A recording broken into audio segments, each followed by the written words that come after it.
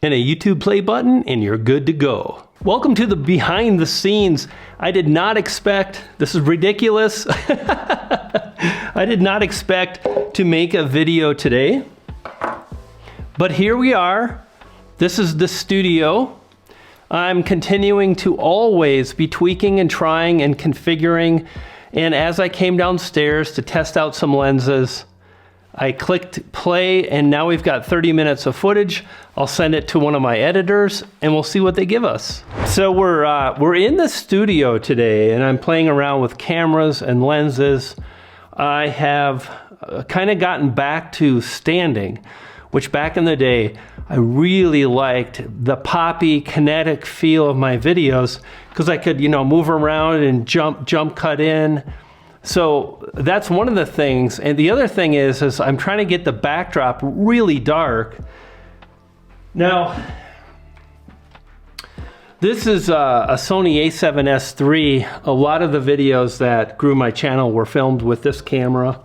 It doesn't have to be an expensive full frame though. What's funny is you can use a cell phone. You'll want to upgrade if you're into this kind of thing, but you don't have to. I grabbed it because it's got a 20mm lens. So it's wider, so you can see the field of view ends right here. If I had the 20 on, you would see my whole hand, which really creates, I love wide angle. And same over here, so it's wider, right? But the only problem is this is f1.8. The lower the f-stop number, the more light it allows into the camera. So now I'm filming with a G Master, very expensive, 24mm, so only 4mm difference, but it's substantial in this kind of a setting. I've got right here, you can't see it, but right here is my desk set up. This window lights up, right? I've got another light right over here. This creates a nice rim light on me that you can see. I'll show you kind of what that looks like in just a moment. And I've got all these cool lights in my studio, and the thing that great video quality is based on is lighting. You've probably heard it by now. Nobody cares.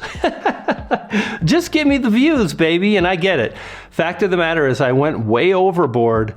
Nobody cares, but like in the coaching programs that I teach, in the one-on-one consults, we talk about things like, getting the microphone really close to your mouth. You can hear how it sounds better right now. Really rich, quiet, no hiss. These lights that I just showed you a minute ago, these are called Amaran, and a great company. I've also got some big soft boxes that are lighting me up. These are for the backdrop, and they all run off an app, and I can change settings and scenes and colors. You can see scene one, and I'll click the on button, and boom, they all lit up. Isn't that neat? And notice the more I bring the phone closer, the more things go out of focus in the background, right? I'm getting kind of that nice blur, and that's because of the focus distance right here. So as I come back into the frame, Sony's gonna lock onto me. Now I'm a little further away, so there's less blur, but because it's an f1.4, there is gonna be more blur than say this lens, which again is f1.8. I'm using the newer Sony cameras. Sony is absolutely amazing. If I were getting started, I would probably get something like the new ZV-E10. Mark II is probably gonna be out by summertime, or I would get a ZV-1, really great camera under $1,000. One of the things they have is they have an app. So this is the Creators app. So I can go ahead and say operate my camera. I'm using the ZV-E1 right now.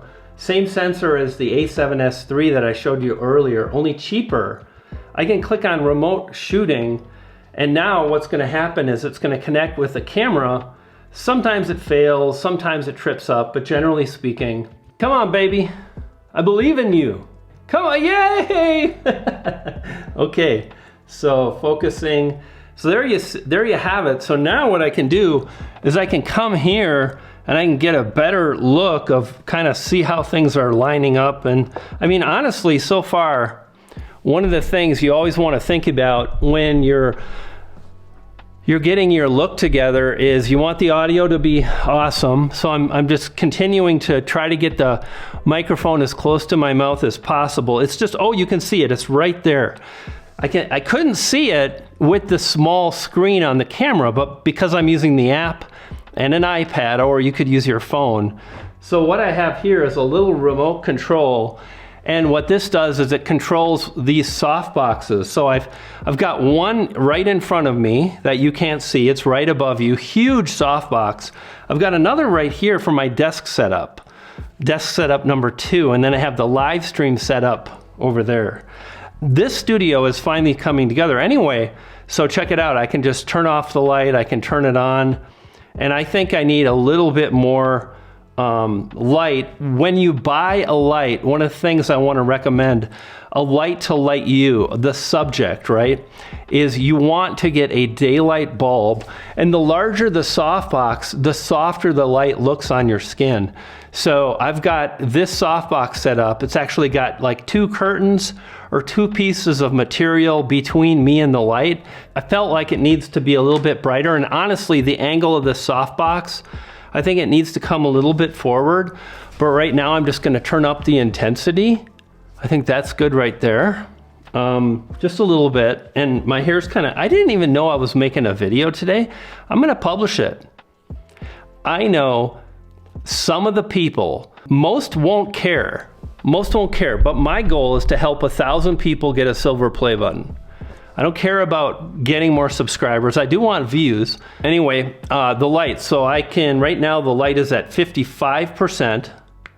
Now it's at 56. Now it's 57, 58, 59, 60. You can see I'm getting brighter, but at the same time, I'm illuminating the backdrop, right?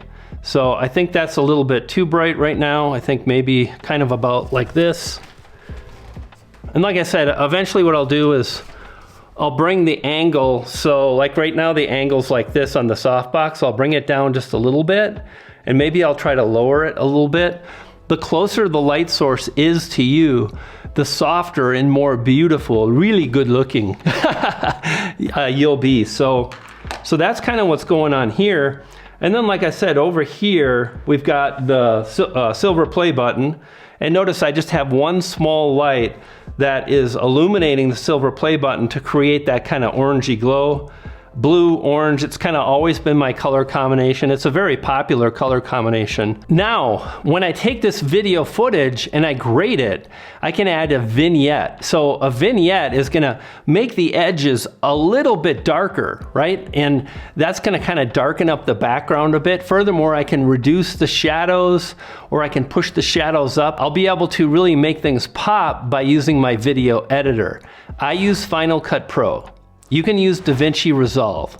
You can use CapCut. Fact of the matter is, I heard this quote a while ago that I absolutely love, and that is, amateurs, I don't want to offend anybody, but I want to share how I think about this stuff. Because it doesn't matter whether you're on DaVinci or Final Cut or CapCut. Amateurs talk about the tools, professionals talk about the art.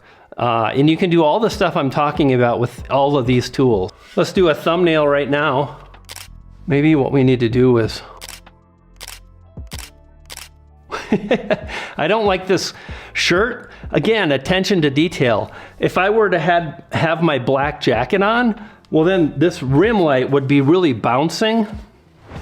One of the things I like, man, when you live in Colorado, there's no air. One of the things I like about the app that I mentioned is I can touch the screen and it focuses, touch to focus.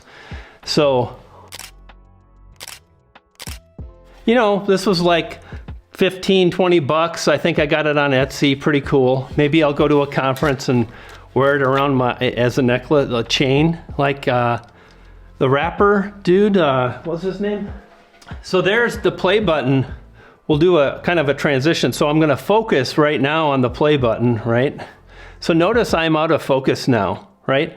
And notice that the focus is on the play button, which that's pretty cool. And if I touch myself, the focus will slowly come back onto me.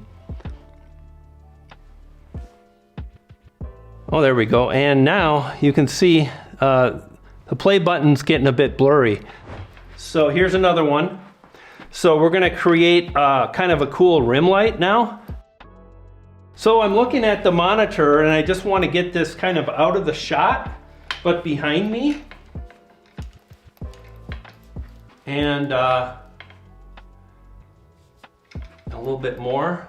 So now that is out of the shot. I can see it right now. You see the kind of the nice blue outline. And if we want, for me personally, I'm seeing a lot of YouTubers doing it, and they're pumping it up so high that I think it's a little bit overkill. You can see my background is all in focus right now. So I'm touching on my face. Yeah, I can bring this down a little bit, I think. Testing, testing, 1, 2, 3. I think it needs to be back just a little bit. Testing, testing, 1, 2, 3. Okay, that probably sounds about good. And if I'm over here, if I'm doing my jump cuts. In this video, now I'm looking at the frame, I'm making sure I'm lined up in a third. One simple strategy that'll blow up your channel, and then this would be the last cut. And it's so easy. And being able to move around, you know, and point more, it just feels more energetic than sitting. I showed you already, I'm gonna show you the look.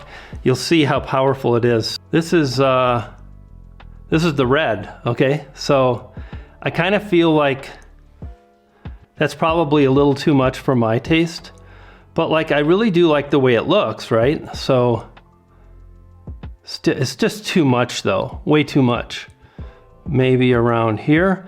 And personally, I think the blue looks a little bit better, like just a little bit of red, and then I'll push up the blue quite a bit and it doesn't look so crazy.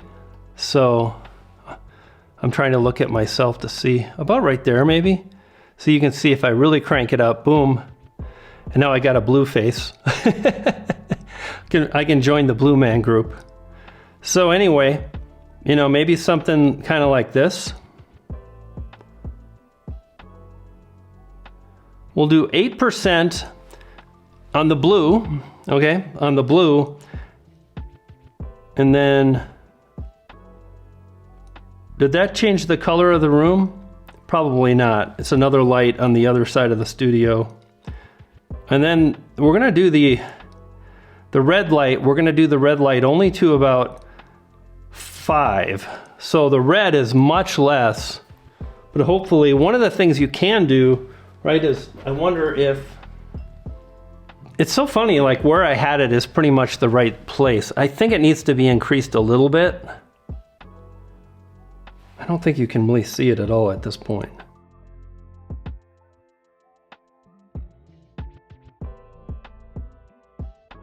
Getting warm in this jacket. Anyway, so that's about, never do that. And you see, this is what I'm talking about, intentionality. Every time that I film for real, this was an off the cuff. This is just, you know, why not turn on the camera and just, I wanted to see how it looked using this particular lens, and all of a sudden it's a video, right? And I was gonna say that's about it, but I would never wanna do that. I've talked about the power of end screens. They're only as good as your ability to make it work while you're recording. There's not a lot, that's not true. There are some things you can absolutely do. You can just click some buttons and get more views. In fact, the video on the screen right now talks about the power of the video title and video SEO. Click that video now. When you do, you'll get the views, the strategies, the tactics. It'll be fun. You'll feed a poodle. I'll see you next time. You dig?